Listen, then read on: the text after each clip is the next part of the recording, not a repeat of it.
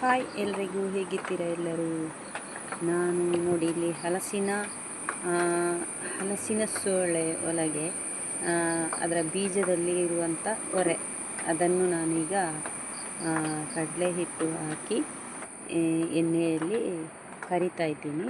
ತೆಂಗಿನ ಎಣ್ಣೆಯಲ್ಲಿ ನೋಡಿ, ಇದಕ್ಕೆ ಸ್ವಲ್ಪ ಖಾರದ ಪುಡಿ ಮತ್ತು ಉಪ್ಪು ಹಾಕ್ತಾಯಿದ್ದೀನಿ ಕಡಲೆ ಹಿಟ್ಟಿಗೆ.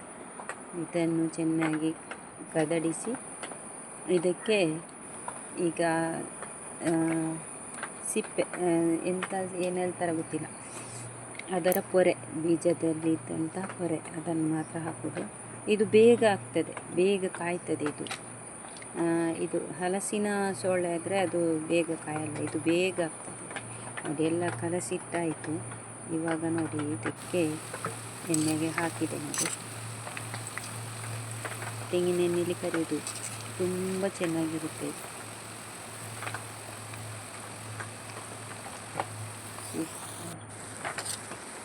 ಇದೆಲ್ಲ ನಮಗೆ ಪ್ರಕೃತಿಯಲ್ಲಿ ಸಿಗುವ ವರದಾನ ಅಂತ ಹೇಳ್ಬೋದು. ಯಾಕೆಂದರೆ ಈಗ ಯಾವುದು ಕೂಡ ಅಷ್ಟೇ ಕೆಮಿಕಲ್ ಹಾಕದಂಥ ಇದು ಯಾವುದಿಲ್ಲ.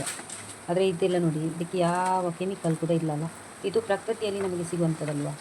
ಹಲಸಿನ ಈಗ ಮರಕ್ಕೆ ನಾವು ಏನಾದರೂ ಇದು ಹಾಕ್ತೀವ, ಗೊಬ್ಬರ ಆದದ್ದೆಲ್ಲ ಏನು ಹಾಕಲ್ಲ, ಅದು ತನ್ನಷ್ಟಕ್ಕೆ ಆಗ್ತದೆ ನೋಡಿ. ಹಾಗೆ ಅದನ್ನು ಯಾರಾದರೂ ಹೇಳಿಯಾರು, ಇದು ಅವಳಿಗೇನು ತಿನ್ನಲಿಕ್ಕಿಲ್ವ ಅಂತ, ಅದಕ್ಕೆ ಇದನ್ನೆಲ್ಲ ಮಾಡ್ತಾ ಇದ್ದಾಳೆ ಅಂತ. ಆದರೆ ನನಗೆ ಅದೇ ಆಗೋದು, ಇದರಲ್ಲಿ ಏನು ಇದಿಲ್ಲಲ್ಲ, ವಿಷಾಂಶ ಎಲ್ಲ ಇಲ್ಲಲ್ಲ ಇದರಲ್ಲಿ. ಇದು ಹೊಟ್ಟೆಗೆ ಹೋದರೆ ಏನು ಇದಿಲ್ಲ, ಆರೋಗ್ಯಕ್ಕೆ ಒಳ್ಳೆಯದಿದೆ.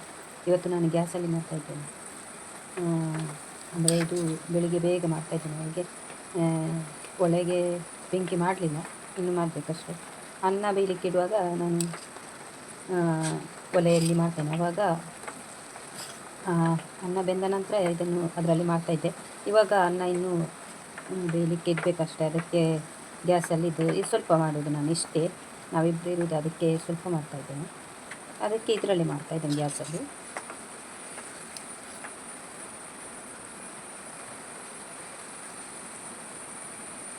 ಇದೊಂದು ಸ್ಪೂನ್ ನೋಡಿ, ಹೊಸತಾಗಿ ತಂದದ್ದು, ಎಷ್ಟು ಬೇಗ ಕಪ್ಪಾಗಿದೆ ನೋಡಿ, ಕಲರ್ ಚೇಂಜ್ ಆಗ್ತದೆ. ಇದು ಚೆನ್ನಾಗಿ ತೊಳ್ಕೊಂಡು ಹಾಕೋದು ಈ ಸ್ಪೂನ್, ನೋಡುವಾಗ ಮಾತ್ರ ಕಪ್ಪಿದೆ. ಕರುಮ್ ಕುರುಮ್ ಆಗ್ತದೆ ಇದು ತಿಂಡಿ, ತುಂಬ ಚೆನ್ನಾಗಿರುತ್ತೆ.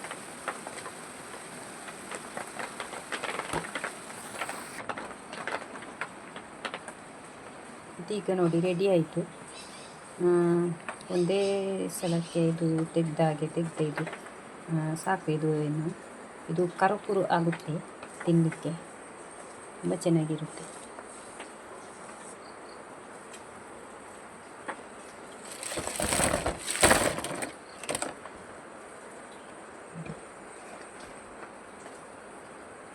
ಈಗ ಬಿಸಿ ಇದೆ, ಮತ್ತೆ ತೋರಿಸ್ತೇನೆ. ಇದು ನೋಡಿ ಹೇಗಿದೆ ಅಂತ. ನಾನೊಂದು ತಿಂತೀನಿ ಈಗ, ನೋಡಿ ಹೇಗೆ ಸೌಂಡು ಹೇಗೆ ಬರ್ತದೆ ಅಂತ ನೋಡುವ. ಒಂದು ಬಾಯಿಗೆ ಹಾಕಿ ಜಗಿತೀನಿ ನೋಡಿ, ನೀವು ಕೂಡ ಮಾಡಿ ಆಯಿತಾ?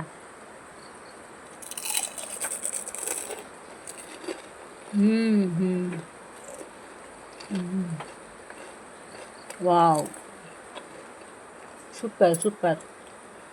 ನೀವು ಕೂಡ ಮಾಡಿ ಇದೇ ಥರ. ಇದಕ್ಕೆ ಏನು ಕೆಲಸ ಇಲ್ಲ ನೋಡಿ. ಹಾಗೆಯೇ ಇದು ನೋಡಿ, ನಾವು ಇದು ಹಲಸಿನ ಸೋಳೆ ತೆಗೆಯುವಾಗ ಇದನ್ನೆಲ್ಲ ಬಿಸಾಡ್ತೇವಲ್ವ, ಹೀಗೆ ನಾನು ಬಿಸಾಡಲ್ಲ ನೋಡಿ. ಇದೆಲ್ಲ ನಾನು ಎಣ್ಣೆಯಲ್ಲಿ ಈಗ ಕರಿತಾ ಇದ್ದೇನೆ ನೋಡಿ. ಇದು ನಾವು ಸೋಳೆ ಕರಿಯೋದಕ್ಕಿಂತಲೂ ಇದು ಬೇಗನೆ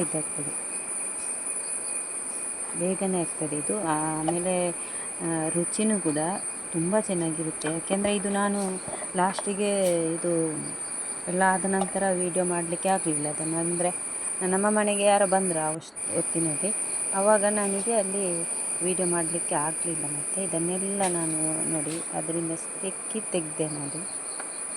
ನಾನು ಉಪ್ಪಿನಲ್ಲಿ ಹಾಕಿ ಇಡಲಿಕ್ಕೆ ಅಂತ ಇದು ಹಲಸಿನ ಸೋಲೆ ತೆಗೆದದ್ದು. ಅದನ್ನೆಲ್ಲ ಇದೆಲ್ಲ ನಾವು ಹಾಕಲಿಕ್ಕಿಲ್ಲ ಅದಕ್ಕೆ, ಅದನ್ನೆಲ್ಲ ನಾನು ಆರಿಸಿ ತೆಗೆದೆ ನೋಡಿ.